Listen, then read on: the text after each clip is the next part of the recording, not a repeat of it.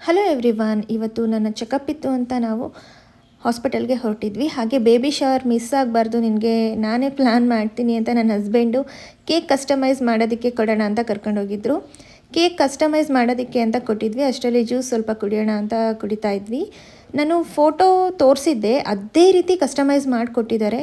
ದಾವಣಗೆರೆಯಲ್ಲಿ ಕೇಕ್ ವರ್ಲ್ಡಲ್ಲಿ ನಾನು ಈ ಒಂದು ಕೇಕ್ನ ಕಸ್ಟಮೈಸ್ ಮಾಡಿಸಿದ್ದು. ಅವರು ಡಿಸೈನ್ಗೆ ಎಕ್ಸ್ಟ್ರಾ ಅಮೌಂಟ್ ತೊಗೊಂಡ್ರೂ ಪರವಾಗಿಲ್ಲ, ತುಂಬ ಅಂದರೆ ತುಂಬ ಇತ್ತು. ಕೇಕು ತುಂಬ ಚೆನ್ನಾಗಿ ಕಾಣಿಸ್ತಾ ಇತ್ತು. ನಂಗೆ ತುಂಬ ಖುಷಿ ಆಯಿತು. ಹಾಗೆ ಮನೆಯಲ್ಲೇ ಸಿಂಪಲ್ಲಾಗಿ ಡೆಕೋರೇಷನ್ ಮಾಡಿ ನನ್ನ ಟ್ಯೂಷನ್ ಮಕ್ಕಳನ್ನೆಲ್ಲ ಇನ್ವೈಟ್ ಮಾಡಿದರು ನನ್ನ ಹಸ್ಬೆಂಡ್.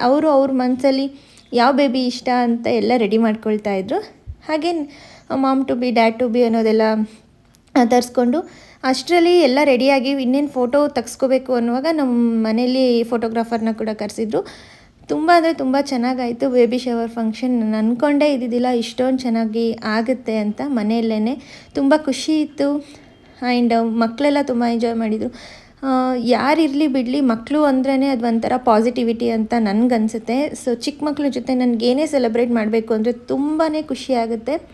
ಆ್ಯಂಡ್ ಒಂದು ಪಾಸಿಟಿವ್ ವೈಬ್ಸ್ ಇರುತ್ತೆ ಅಂತಲೇ ಹೇಳ್ಬೋದು. ಆ್ಯಂಡ್ ತುಂಬ ಜನ ಕೇಳ್ತಾಯಿದ್ರಿ ಇಷ್ಟು ದಿನ ವ್ಲಾಗ್ಸ್ ಎಲ್ಲ ಏನಕ್ಕೆ ಮಾಡ್ತಾಯಿಲ್ಲ ಅಂತ.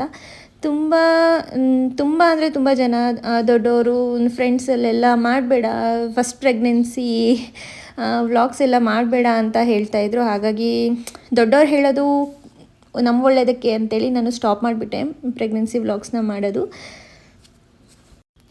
ನನಗೂ ತುಂಬ ಆಸೆ ಇತ್ತು ಪ್ರೆಗ್ನೆನ್ಸಿ ಸೀರೀಸ್ನ ಹಾಕಬೇಕು ಅಂತ. But it's okay, after delivery ನಾನು ಖಂಡಿತ ಮಿನಿ ವ್ಲಾಗ್ಸ್ನ ಮಾಡ್ತೀನಿ. ಈ ಬೇಬಿ ಶವರ್ ಫಂಕ್ಷನ್ ವಿಡಿಯೋ ಯಾರಿಗೆಲ್ಲ ಇಷ್ಟ ಆಯಿತು ದಯವಿಟ್ಟು ಕಾಮೆಂಟ್ ಸೆಕ್ಷನಲ್ಲಿ ತಿಳಿಸಿ. ಮತ್ತು ನೆಕ್ಸ್ಟ್ ವ್ಲಾಗಲ್ಲಿ ಸಿಗ್ತೀನಿ. ಟೇಕ್ ಕೇರ್, ಬಾಯ್.